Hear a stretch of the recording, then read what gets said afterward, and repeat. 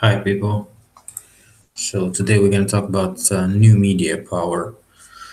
Uh, I'm showing you the guy who was supposed to be one of the presidential candidates in Russia. He was put into this game by the globalist democrats of United States. He was studied in Yale in one of the programs of globalists, and so he's a liberal Democrat. And so he's supposed to be fighting Putin and the current Russian regime, and so on. So, but he was put out of the game, and guess what? He comes up with this really nice situation that was brought up by one girl who was famous, pretty famous on Instagram for her diary, I guess, whatever, vlog, uh, how to get married with the oligarch or famous businessman. So she was like meeting all those guys and posting this for Instagram. So I might show you a couple of videos here. So this is Russian oligarch Deripaska. He was famous for being one of the suspects of contacting Manafort, the Trump campaign guy. So he's supposed to be contacting him so Manafort can pay him his debt, and that contact is supposed to be on Trump election, as the media says, but really that was pretty made up story. Although this Instagram post by Nastya Rybka, that girl who was playing this oligarch Deripaska, she is pretty annoying for him right now, because this research, she also went to a TV show and told people about how he was harassing her, how he was raping her and stuff like that. So it's the same story that you have, guys, in America right now, the same type of story. So this is the hype that the globalists use to control the situation. So Deripaska was out of control, and they put this girl on him to blame him in all these things that he did to her, although he might have done something, and probably he was harassing and raping her because she was supposed to be his girlfriend.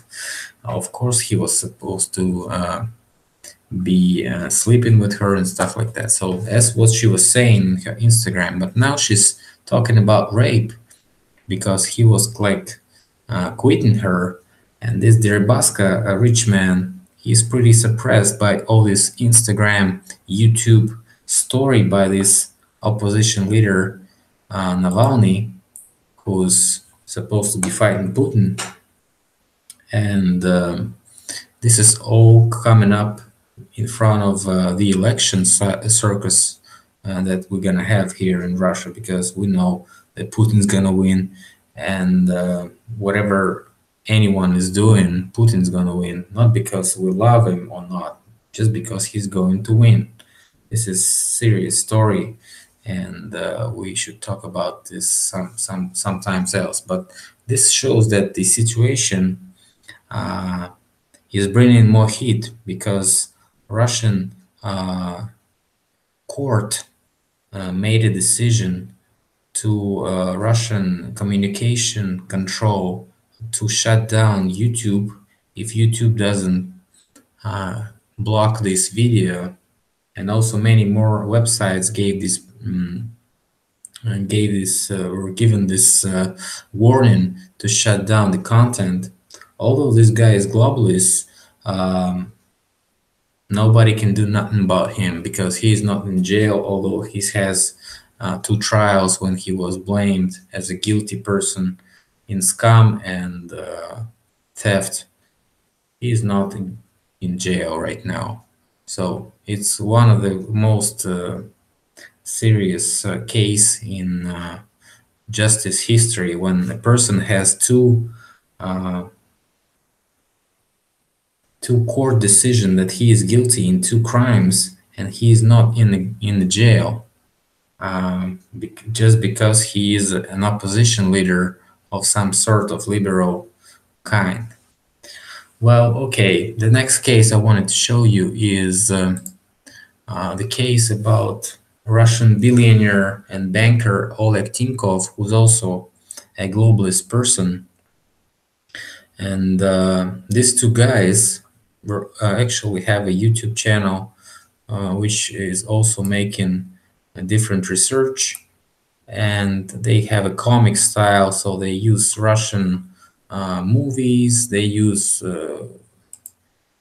green screen, so they can do whatever. So this is this banker, and what they did is they researched his products, what he is doing, the credit cards, and they found out that about his interest rate in his credit card business is about 60% or something. This minimum profit that he gets. So they all blamed him in robbing the population of Russia because he's giving those credit cards just for fun. Like anyone can get them, and you can order right in your house, apartment, whatever. These guys from banks will come to you and give you this credit card, and so you can, set yourself in a huge debt that this bank is actually giving you, not the money. So, and what he did is he used Russian police to capture those guys because they're from different town. They're not from Moscow. So he sent cops, paid cops a bunch of money, I guess, because cops went with the SWAT team in their town and broke their doors and stuff like this, just for blaming. And this video that blames him as a not good person. So what happens next is this situation comes out of the control.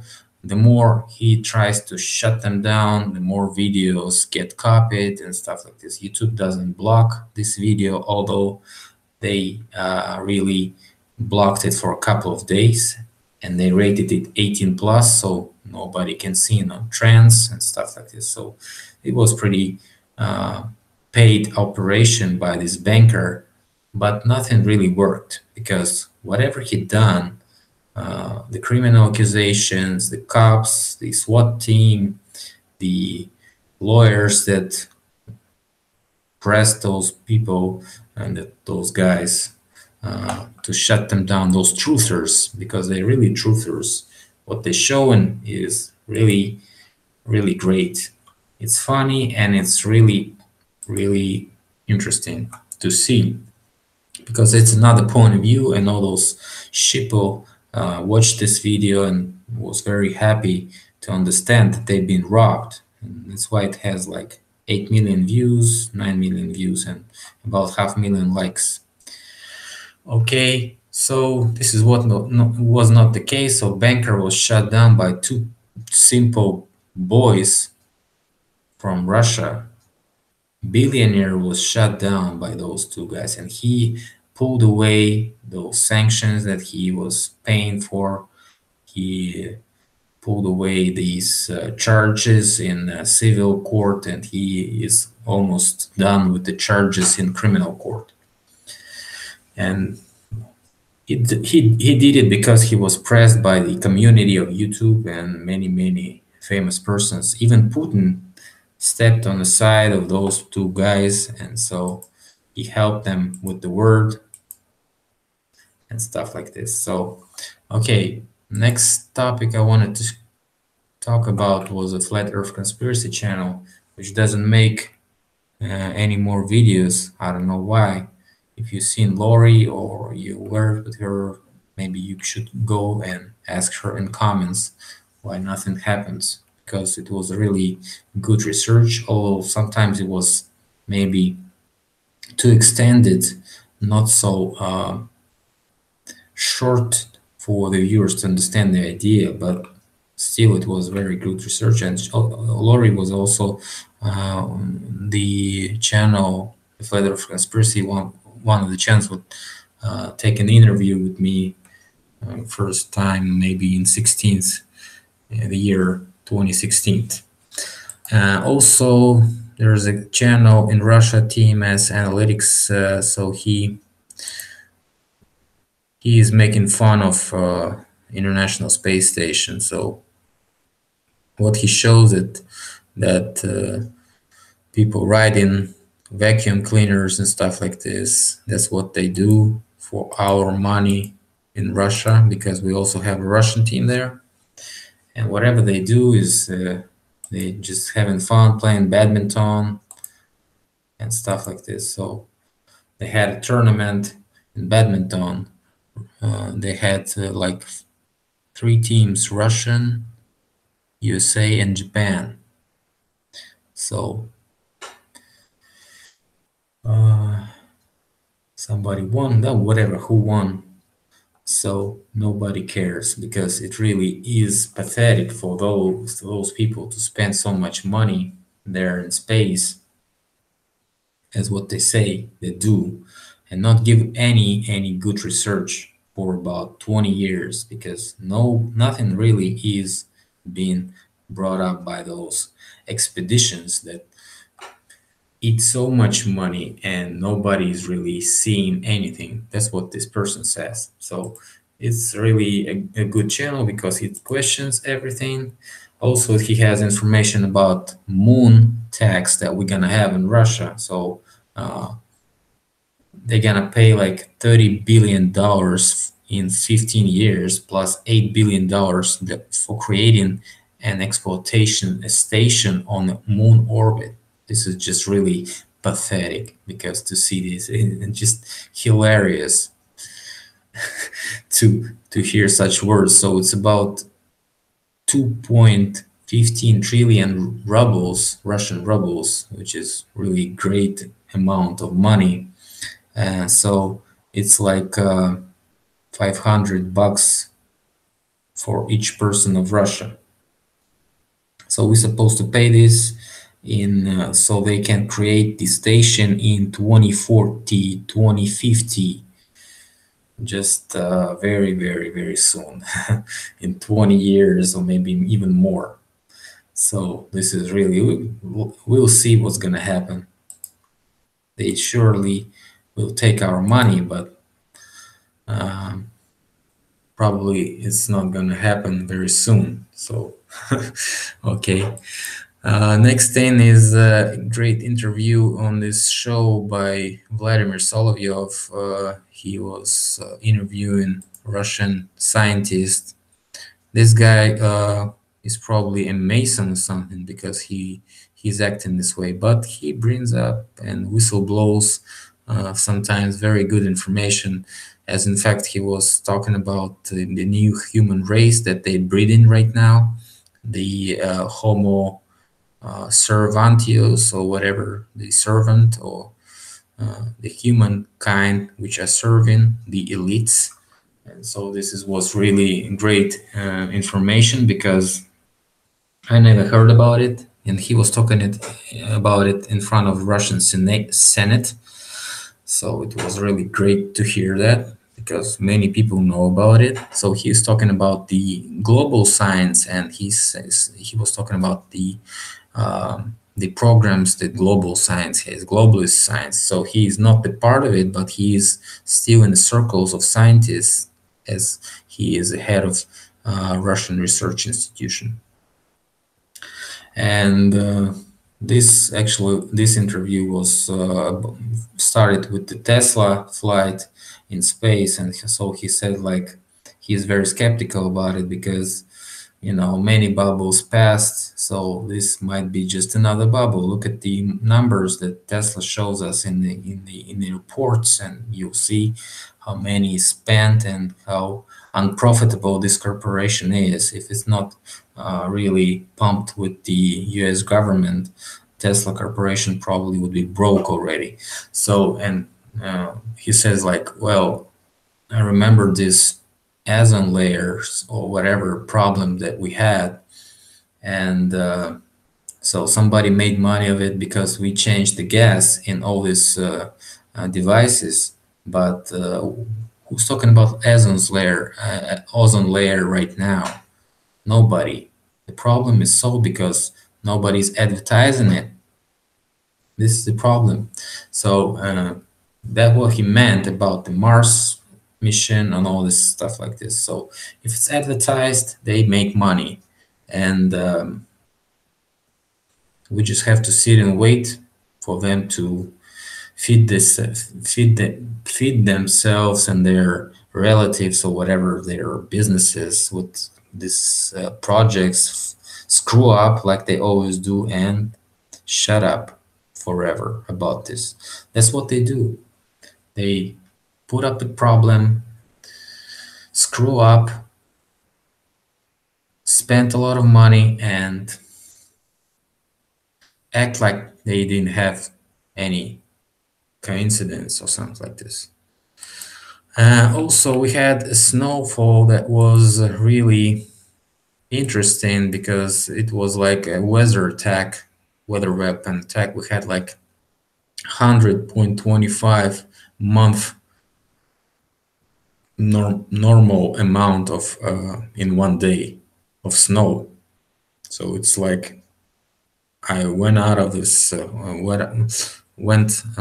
stepped out of my house, and I was in the snow for like half of my leg. Many